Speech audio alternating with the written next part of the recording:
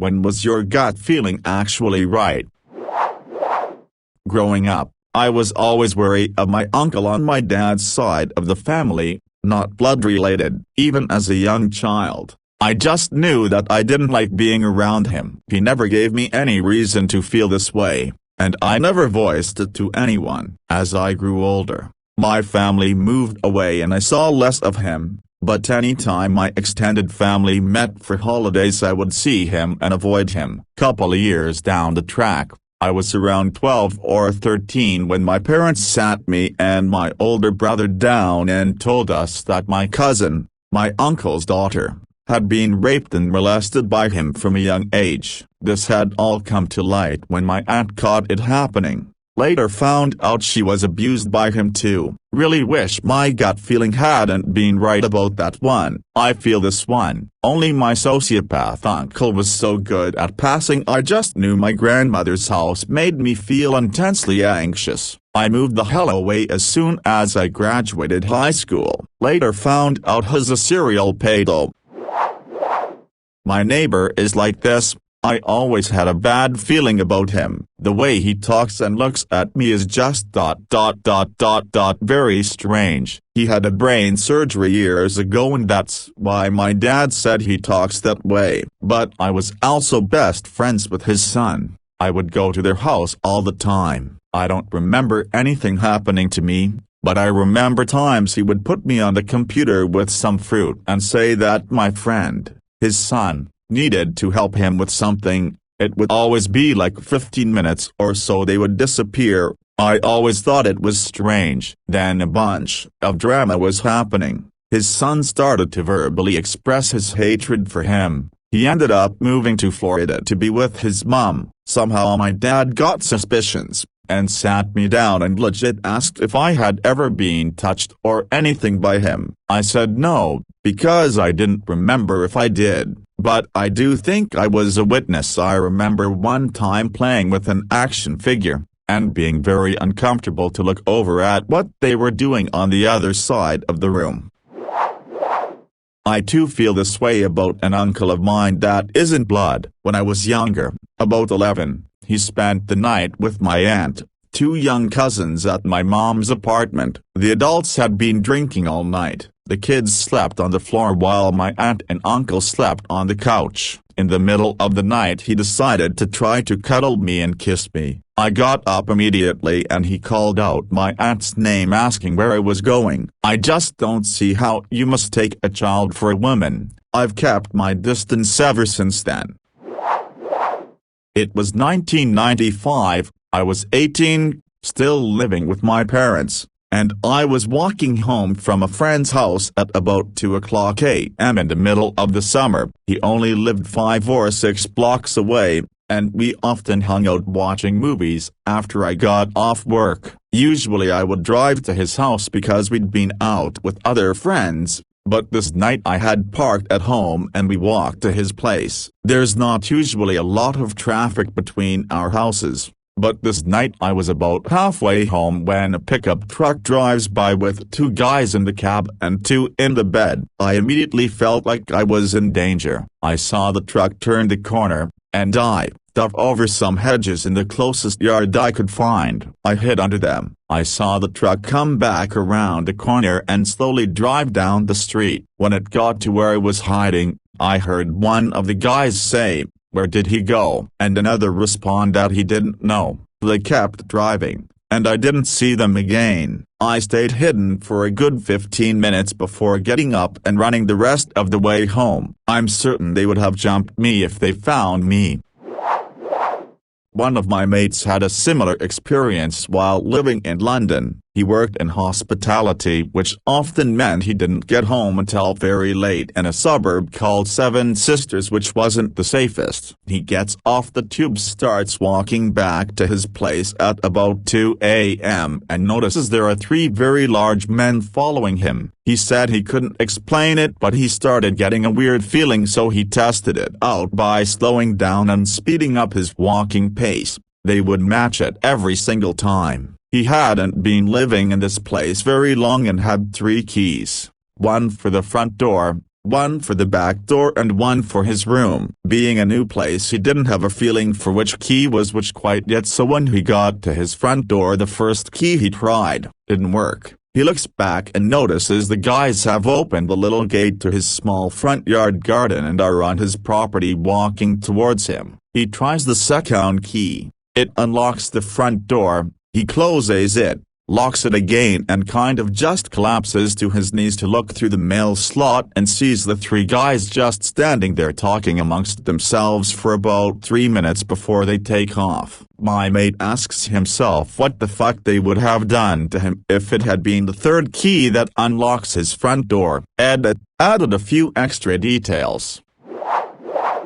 I stopped at Home Depot to pick up an item, so I knew it was going to be a quick trip. I'm in the store and notice I'm pretty much the only girl in there besides employees. I couldn't find what I was looking for and had to ask multiple employees before I found it. I check out and as I'm heading out to my car, I notice a shady dude standing against a tree on one side of my car. On the other side of my car is another shady guy sticking his arm outside of his car window. When I walked out, they both turned and stared at me. My heart dropped. I started to feel queasy, and my mind instantly knew to turn around and go inside. I stood there shaking at the front of the store until I could get the courage to ask an employee to walk me to my car. As soon as they saw me walking out with an employee, the guy standing by the tree walked around my car and into the driver's side of the car parked next to me. To this day I swear I was a short walk away from being kidnapped.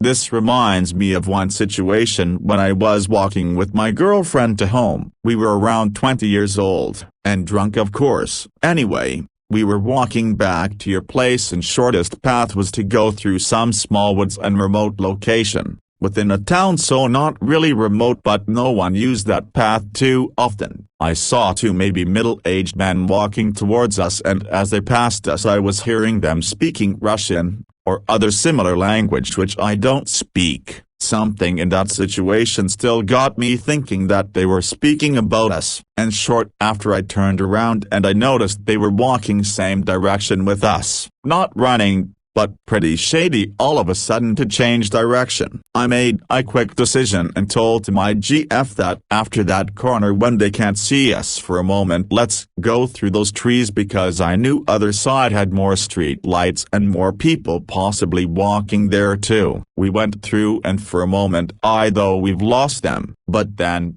because I was constantly checking behind, I noticed they took that path too. Still, not running, but no one would take that path normally. Anyway, we finally got back to civilization and these dudes were following us like 3 kilometers while we were taking so turns that it was obvious they were following us. Then finally we made it to one gas station where I knew one of my friend was working as a guard, so he then gave us ride home.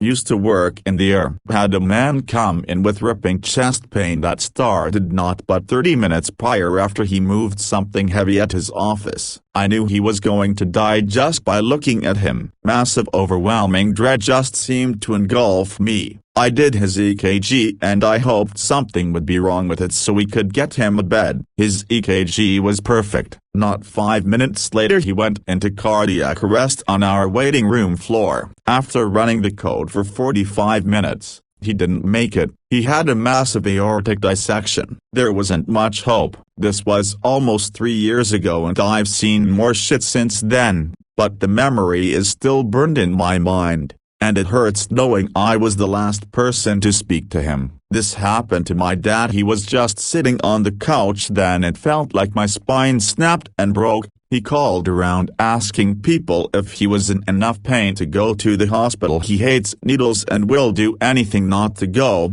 but my family convinced him he had to go and they called an ambulance. Turns out his aorta was leaking. Everything happened so fast with the surgery and boom, he survived. After everything settled, we kept on being told how lucky he was to survive the ambulance, then how even more lucky he was to survive the surgery. Every time I think of what must have went right for him to survive, I'm amazed by what doctors can do. My mom died of an aortic dissection at dinner when I was little. She had went to the doctor earlier in the day for chest pain and they said she was fine. Turns out the medicine they had her on to help her after pregnancy was the wrong type for her and shot her blood pressure to something obscene. Really sucks to see someone go like that. Skeptical. Edit. Thank you everyone for your kind words. I was luckily young enough when it happened, 2-ish at the time, that I don't remember it happening vividly, just that it did. I actually didn't read about it in great detail until doing some research in high school and I found the court transcripts for the lawsuits and everything. It was pretty surreal to read about it like that. Dad married someone that he has always described as a unicorn, so she filled in as mom perfectly, so we were incredibly lucky. When I was pregnant for the first time, something just felt off. I knew from the very beginning it wasn't going to end well. A few weeks later, I started cramping and spotting, which can be normal in early pregnancy. I ended up going to the ER. They couldn't find any evidence of a pregnancy in my uterus and decided it was a miscarriage, and wanted to send me home. But that gut feeling that something was very wrong was still there, and I listened to it. I demanded that I be seen by my OB, who was head of obstetrics at that hospital, and wouldn't leave until he saw me. He had me in emergency surgery 4 hours after he came to examine me to remove my ruptured fallopian tube and stop the internal bleeding. Had I not listened to my gut, I'd be dead. I have a somewhat similar story. My friend and I were out clubbing, and as we were leaving the club I noticed there was a super drunk girl sitting outside. My friend and I are both female, so we decided it would be okay to approach her and ask her if she was okay and if she needed any help. Turns out her English wasn't great, so she didn't really understand what we were saying and motioned with her hands for us to go away. I walked up to the bouncer and asked him to keep an eye on her and make sure she gets home safe. He nodded, so my friend and I started walking to the McDonald's close by the club. We're about 5 minutes into the walk and I get the urge to look back behind me. I look and see the same woman from outside the club surrounded by 2 men. I instantly knew that she didn't know the 2 men and that she was not comfortable, so I stopped in my path, told my friend to wait, then ran to her, grabbed her hand and walked her and I back to my friend. We ended up buying her a meal at McDonald's, and even though there was a language barrier she thanked us profusely. We then waited for her friend to pick her up. I'm really glad I interfered too. Bless you. Something similar happened to me before when I was on my own waiting for a taxi after a night out. Some guy was asking me to hop in his taxi with him and getting closer every time I stepped away from him, and some other guy came up behind me and said Sinead, and we started chatting to me like we were old buddies, and the guy hassling me walked away. I was so thankful to him, and we happened to be going the same direction, so we shared a cab and had a nice chat on the way home. Another time some creep that my friend briefly dated started stalking us on another route. I eventually got really angry with him for scaring her and turned around and started screaming at him to leave her alone. It wasn't the first or last time he did it. A group of guys noticed and came over to us and started chatting to the creeps, so we bolted while he was distracted. It started out as a gut feeling when I felt that something was off about my mom's boyfriend. Once I felt this way, I started to notice the red flags. The first one was the way my dog reacted to him. Even to this day he's the only person my dog flat out didn't like. I think he might have even kicked him at one point when we weren't around. The next major red flag I noticed was that whenever his daughters came over, 6 and 8, they really wanted to spend time with their own father and would hang out with my mom. It almost felt like they were trying to avoid him. I ended up bringing my concerns to my mom, and she started to notice things too, and so broke it off with him. A few months later she gets contacted by an investigator. Apparently, The boyfriend had been caught trying to sleep with his current girlfriend's daughter, so they wanted to get a statement from mom. I'm just glad he got caught, and it sounds like he'll be in jail for quite some time. My mom's the only woman in the house, so I don't think the dude was trying to come after my brother or Ray. Plus, we're both bigger than the man too. I have a very similar story. My ex went abroad to pursue master's education. 1 month into the program, his phone calls reduced. This was pre-video call era, so I would attribute his overall absence to a busy master's schedule. Whenever he called, he sounded as if he were whispering in a hurry. He was still texting and emailing me his routine and cute stuff. This kind of felt weird, as for the initial 1 month he was there, he was acting normal. I had this mammoth gut feeling that this relationship was over, but I chose to ignore it. Then I started seeing posts in which he was tagged on Facebook. They started with group photos in which he was sitting close to a particular girl. In every photo, wherever they went, I asked him about the girl and he played it off like I was getting insecure for no reason. One thing led to another and we ended up breaking up. I later found out that he had started dating that girl a week into the new campus, moved in with her and had future plans with her. Not me, but my wife. I had a work friend who used to come over to smoke blunts and play Xbox. I liked the guy even though I knew he was a bit odd. He was really good at Call of Duty and rolled the means blunt. He used to tell some tall tales that everyone knew were bullshit. Well, my wife, who was only my girlfriend back then, always got a creep vibe from him. She said he looked at her with so much anger and malice but never indicated any specific action that made her uncomfortable. After a while I stopped hanging out with the friend since he wasn't coming to town as much for work. Fast forward a few years and another mutual friend calls me to say the Xbox friend was killed by police, unfortunately only after he had already killed his neighbor and his wife. Crazy. I hadn't spoken to a certain friend for a couple weeks but got a gut feeling to contact and talk to her at a certain moment. I immediately messaged her. That's how we always talk. We talked for a couple hours and into the night. A month later, out of the blue she just messages me thank you. I asked her why she's thanking me. She said she was contemplating suicide on the day I got my gut feeling and had contacted her. Because she got to talk to someone on that specific day, she dropped the idea and hasn't attempted it again ever since.